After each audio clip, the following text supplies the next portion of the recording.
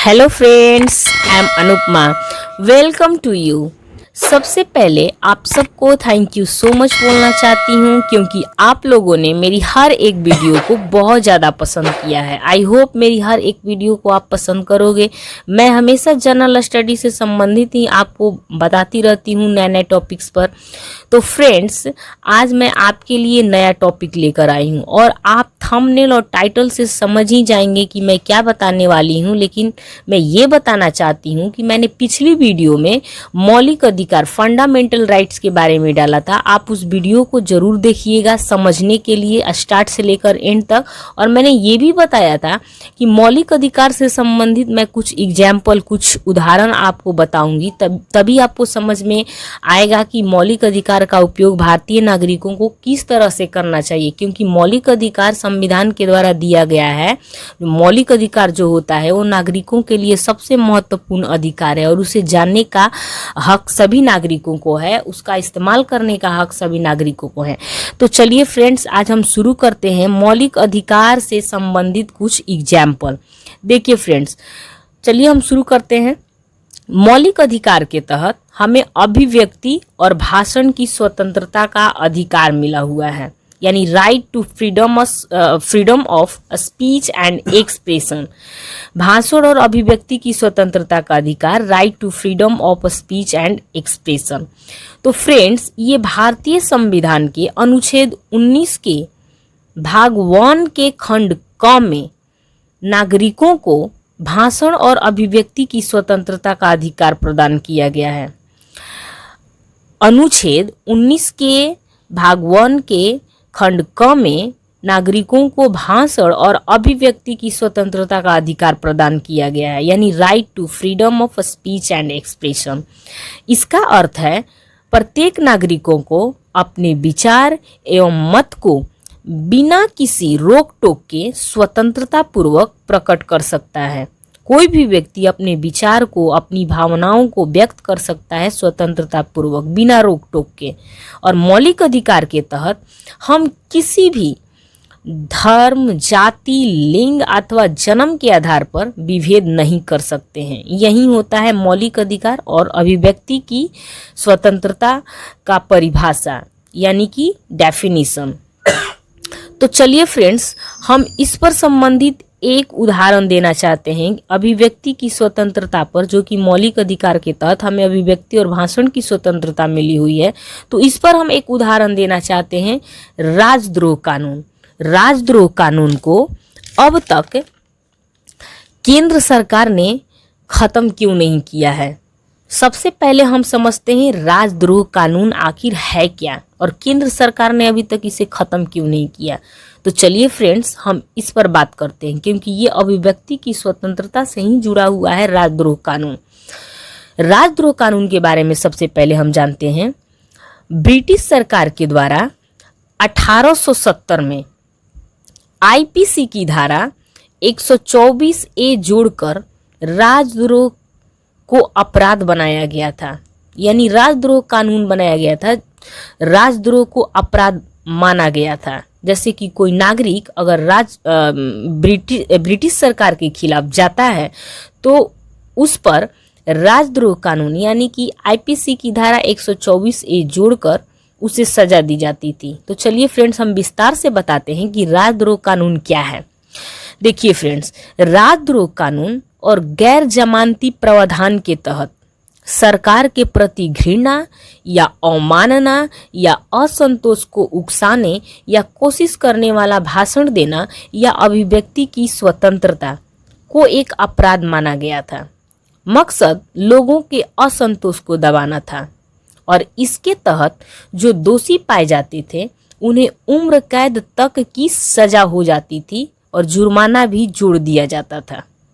Friends, मैं आपको ये बताना चाहती हूँ, आसान भाषा में बताना चाहती हूँ कि जो राजद्रोह कानून अंग्रेजों के द्वारा, ब्रिटिश सरकार के द्वारा बनाया गया था 1870 में आईपीसी की धारा 124 से जोड़कर, उसके तहत अगर कोई भारतीय ब्रिटिश सरकार के खिलाफ जाता था, ब्रिटिश सरकार के कानूनों को नहीं मानता था, या ब्रिटिश सरकार जो भी नीतियां लागू करती थी भारतीय नागरिकों के लिए, अगर भारतीय नागरिक उससे असंतुष्ट हैं, असहमत हैं, तो अगर भारतीय नागरिक ये सोचकर कि हम ब्रिटिश सरकार के खिलाफ आंदोलन करेंगे, ब्रिटिश सरकार के खिलाफ जाएंगे, ब्रिटिश सरकार के खिलाफ अपनी आवाज़ को उठाएंगे, तो उसी आवाज़ को, भारतीय नागरिकों की उसी आवाज़ को दबाने के लिए ब्रिटिश सरकार ने 1870 में आईपीसी की धारा 124A जोड़कर राजद्रोह को अपराध बना दिया, राजद्रोह कानून बनाया।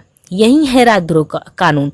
राजद्रोह कानून का मकसद था कि जो महात्मा गांधी थे, गोपाल कृष्ण गोखले जैसे नेता थे, उन लोगों की आवाज़ को चुप कराने के लिए महात्मा गांधी, गोपाल कृष्ण गोखले, स्वतंत्रता सेनानी जो थे, स्वतंत्रता सेनानियों की आवाज़ को चुप कराने के लिए ही ब्रिटिश सरकार ने राजद्रोह कानून बनाया था। मकसद था कि आज़ादी के आंदोलन को कुचल देना, स्वतंत्रता संग्राम को दबा देना, ताकि कोई भारतीय नागरिक ब्रिटिश सरकार के खिलाफ कोई भी कदम ना उठा पाए। इसलिए राजद्रोह कानून बनाया गया था। लेकिन आज आज़ादी के 75 साल बाद भी हमारे देश से केंद्र सरकार ने राजद्रोह कानून को ख़त्म नहीं किया है। आखिर क्यों? देखिए फ्रेंड्स, हम आपको समझाना चाहते हैं। सुप्रीम कोर्ट ने दिशा निर्देश देते हुए कहा है कि हम एक लोकतांत्रिक देश में जी रहे हैं, तो आज़ादी के 75 साल बाद भी इस राजद्रोह कानून को केंद्र सरकार के द्वारा ख़त्म क्यों नहीं किया जा रहा है? इसे हर हाल में ख़त्म कर देना चाहिए। बेहतर यही होगा कि इसे हर हाल में ख़त्म कर देना चाहिए। ऐसा इसलिए, देखिए फ्रेंड्स, ब्रिटिश सरकार अपने फ़ायदे के लिए राजद्रोह कानून अपने समय में बनाया था, लेकिन ये कानून अब तक चला आ रहा है। यानी कि आज़ाद भारत में भी ये राजद्रोह, घटिया राजद्रोह कानून को अभी भी केंद्र सरकार इस्तेमाल करती है अपने फ़ायदे के लिए। सोचिए कैसे। जो ब्रिटिश सरकार है, दुनिया को राजद्रोह कानून देने वाला था ब्रिटेन, वो अपने देश में 2009 में ही ख़त्म कर चुका है। और तो और न्यूजीलैंड, स्कॉटलैंड, इंडोनेशिया, ऑस्ट्रेलिया, वो अमेरिका में भी रद्द किया जा चुका है। फ्रेंड्स, जो राजद्रोह कानून है ब्रिटेन ने अपने देश में 2009 में ही ख़त्म कर चुका है। जो पूरी दुनिया को दिया था राजद्रोह कानून ब्रिटेन, वो 2009 में ही ख़त्म कर चुका है। न्यूजीलैंड, स्कॉटलैंड, इंडोनेशिया, ऑस्ट्रेलिया और अमेरिका में भी ये राजद्रोह कानून ख़त्म किया जा चुका है। लेकिन हमारे देश भारत में अब तक आज़ादी के 75 साल बाद भी राजद्रोह कानून को ख़त्म नहीं किया गया है। पता है क्यों? सरकार हमेशा से अभिव्यक्ति की आज़ादी को दबाने का काम करती आई है इस राजद्रोह कानून आईपीसी की धारा 124A के माध्यम से। जैसे ब्रिटिश सरकार किया करती थी इस राजद्रोह कानून के माध्यम से, उसी तरह से उसी राजद्रोह कानून के माध्यम से सरकार जो है हमारी अभिव्यक्ति की आज़ादी को दबाने का काम करती है। देखिए फ्रेंड्स, हम आपको आसान भाषा में समझाना चाहते हैं। माना कि अगर किसी भारतीय नागरिक को जो सत्ता में सरकार है वो पसंद नहीं है, या फिर सरकार के कार्य पसंद नहीं है, सरकार जो नई नई नीतियां लागू कर रही हैं, नए नए काम कर रहे हैं, नई नई योजनाएं लागू कर रही हैं, वो पसंद नहीं है, ये सोचकर शायद भारतीय नागरिकों को ये लगता है कि ये भारतीय नागरिकों के हित में नहीं है, भारतीय नागरिकों के खिलाफ है, तो भारतीय नागरिकों को आज़ादी मिली हुई है, मौलिक अधिकार के तहत अभिव्यक्ति की स्वतंत्रता मिली हुई है कि हम सरकार के खिलाफ अपनी आवाज़ को उठा सकते हैं, सरकार के खिलाफ बोल सकते हैं, अपनी असहमति को व्यक्त कर सकते हैं, अपने असंतोष को व्यक्त कर सकते हैं, क्योंकि हमें मौलिक अधिकार मिला ही है। इसलिए अभिव्यक्ति की स्वतंत्रता मिला ही है कि हम गलत चीज़ के विरुद्ध आवाज़ उठा सकते हैं, अपनी उचित असहमति व्यक्त कर सकते हैं। अगर हमारी इसी उचित असहमति को, इसी आज़ादी को, यानी अभिव्यक्ति की आज़ादी को ही दबाने का काम कर रही है सरकार राजद्रोह कानून के माध्यम से, तो आखिर हम इस मौलिक अधिकार को कैसे मान सकते हैं कि हम मौलिक अधिकार हमें मिला हुआ है, हमें अभिव्यक्ति की आज़ादी मिली हुई है? ये तो मौलिक अधिकार को संदेह के कटघरे में लाकर खड़ा कर देती है जब सरकार घटिया राजद्रोह कानून के माध्यम से हमारी आवाज़ को दबा रही है। तो फ्रेंड्स, हम आपको ये समझाना चाहते हैं कि हम एक लोकतांत्रिक देश में रहते हैं और मौलिक अधिकार के तहत हमें अभिव्यक्ति की स्वतंत्रता भी मिली हुई है। फिर भी केंद्र सरकार हमेशा नागरिकों की उचित असहमति और उनके असंतोष को दबाने का काम करती आई है इस घटिया राजद्रोह कानून के माध्यम से।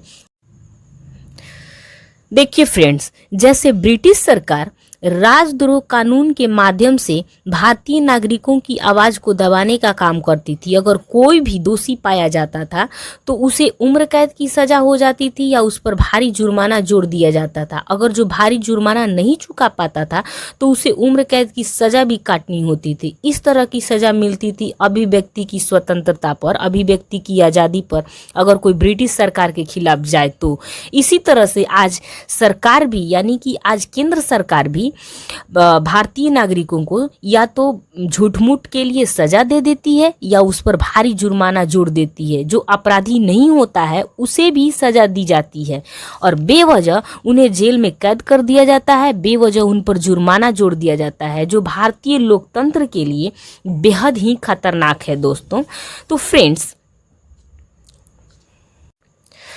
अगर कोई व्यक्ति आजाद भारत में अपने शब्दों के माध्यम से, लेखन के माध्यम से, चिन्हों के माध्यम से, दृश्य के माध्यम से या फिर अन्य किसी माध्यम से भारत में कानून के माध्यम के तहत जो सरकार बनी है, अगर उसके खिलाफ विद्रोह को भड़काता है कोई भारतीय नागरिक, तो उसे इस राजद्रोह कानून के द्वारा सरकार हमेशा ही दबा देने का काम करती है, जो लोकतंत्र के लिए बेहद ही खतरनाक है। अगर कोई सरकार के खिलाफ आवाज़ उठाए अपने शब्दों के माध्यम से, लेखन के माध्यम से, चिन्हों के माध्यम से या फिर किसी और माध्यम से, अगर सरकार के खिलाफ कोई आवाज़ उठा दे, सरकार के खिलाफ असहमति व्यक्त कर दे, तो उसे सजा दे दी जाती है बेवजह, या फिर उसे उसकी आवाज़ को दबा दिया जाता है, उस पर भारी जुर्माना जोड़ दिया जाता है। इस तरह से किया जाता है और हमारी अभिव्यक्ति की स्वतंत्रता का गलत इस्तेमाल हमेशा ही किया जाता है सरकार के द्वारा इस राजद्रोह कानून के माध्यम से।